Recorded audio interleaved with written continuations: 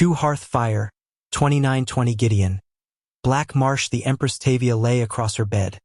A hot late summer wind she could not feel banging the shutters of her cell to and fro against the iron bars. Her throat felt like it was on fire, but still she sobbed, uncontrollably, wringing her last tapestry in her hands.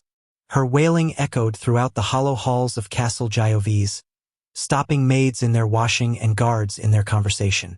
One of her women came up the narrow stairs to see her mistress, but her chief guard Zook stood at the doorway and shook his head. "She's just heard that her son is dead," he said quietly.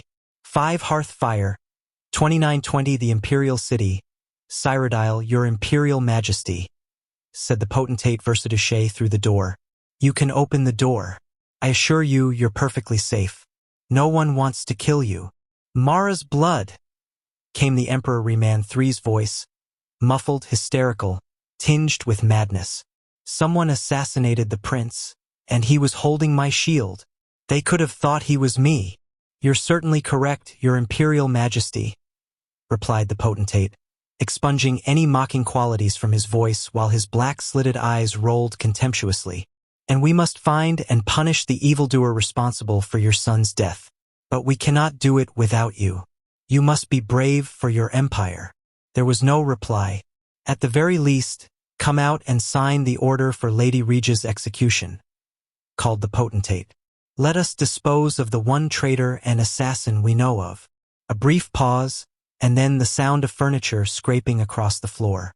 Riemann opened the door just a crack, but the potentate could see his angry, fearful face, and the terrible mound of ripped tissue that used to be his right eye. Despite the best healers in the Empire, it was still a ghastly souvenir of the Lady Regia's work in Thurzo Fortress. "Hand me the order," the Emperor snarled. "I'll sign it with pleasure." 6 Hearth Fire, 2920 Gideon. Cyrodiil sick. The strange blue glow of the will-o'-the-wisps, a combination, so she'd be told, of swamp gas and spiritual energy, had always frightened Tavia as she looked out her window. Now it seemed strangely comforting. Beyond the bog lay the city of Gideon.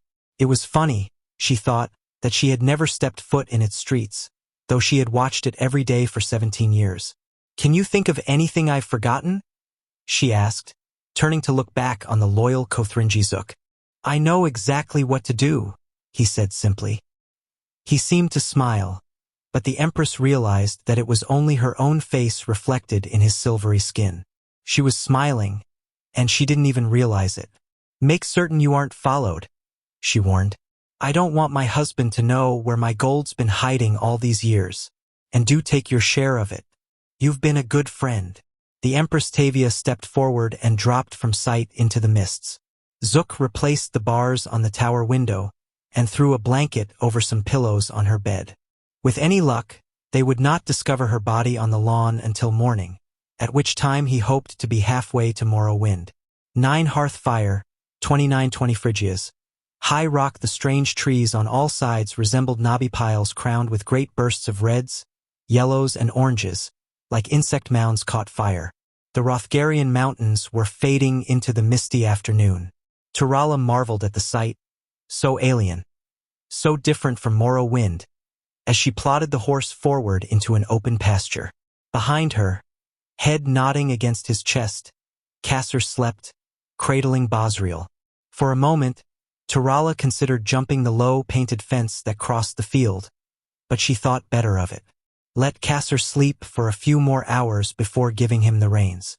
As the horse passed into the field, Turala saw the small greenhouse on the next hill, half hidden in forest.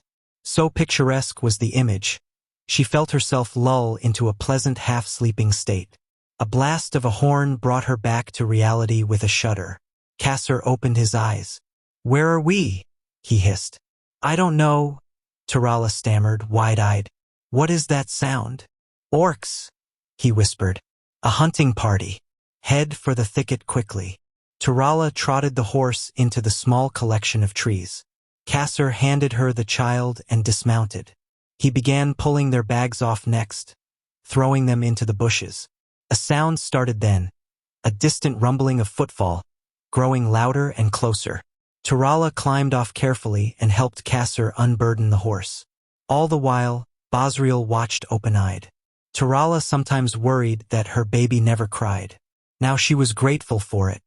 With the last of the luggage off, Kasser slapped the horse's rear, sending it galloping into the field. Taking Tarala's hand, he hunkered down in the bushes. "With luck," he murmured. "They'll think she's wild or belongs to the farm and won't go looking for the rider." As he spoke, a horde of orcs surged into the field, blasting their horns.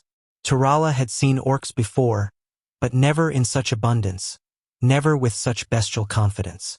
Roaring with delight at the horse and its confused state, they hastened past the timber where Kasser, Tarala, and Bosriel hid. The wildflowers flew into the air at their stampede, powdering the air with seeds.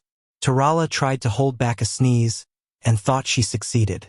One of the orcs heard something though, and brought another with him to investigate. Kasser quietly unsheathed his sword, mustering all the confidence he could.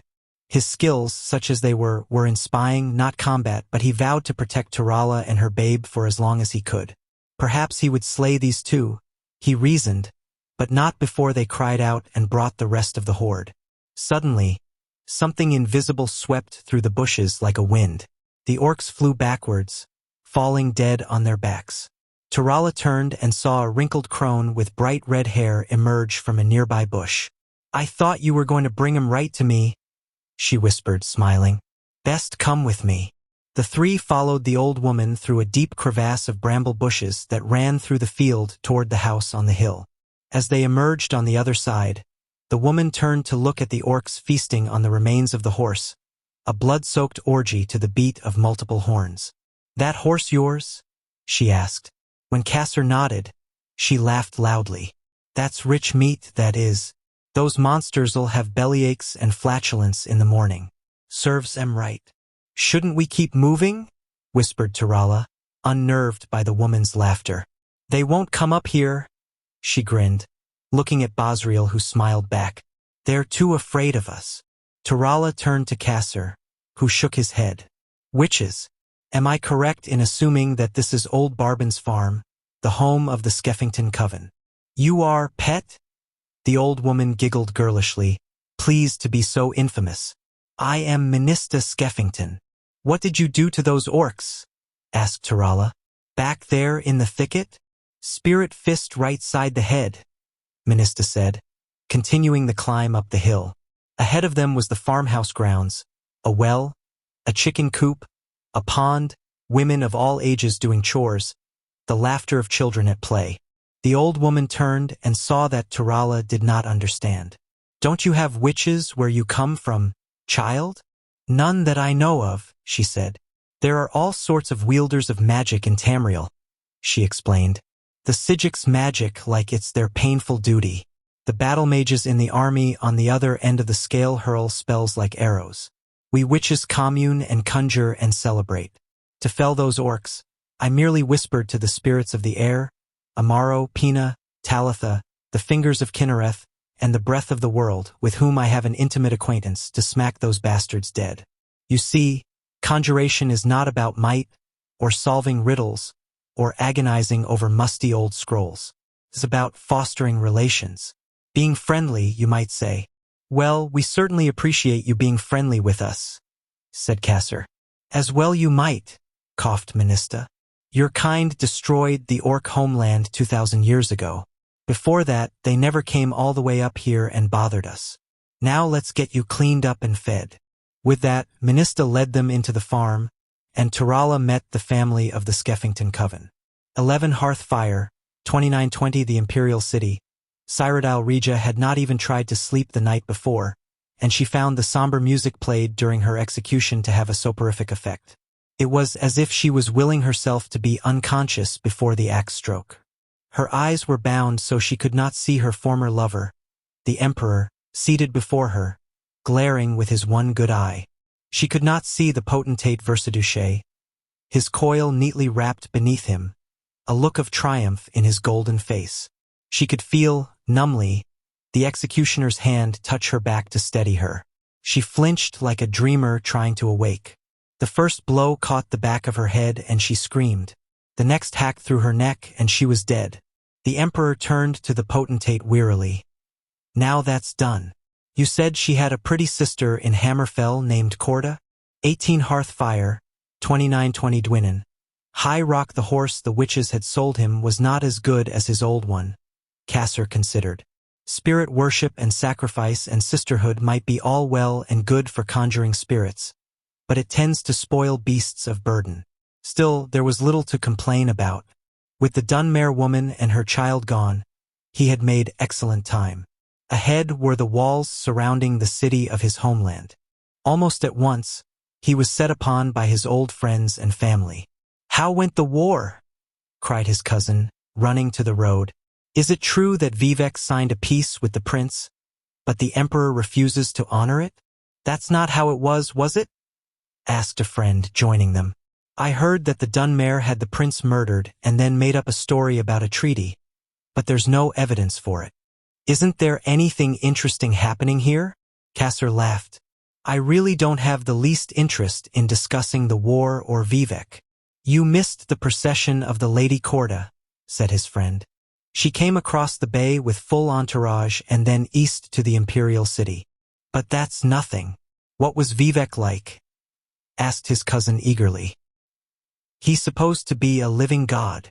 If Sheogorath steps down and they need another god of madness, he'll do," said Cassar haughtily. "And the women?" asked the lad, who had only seen Dunmare ladies on very rare occasions. Cassar merely smiled. Tarala Skeffington flashed into his mind for an instant before fading away.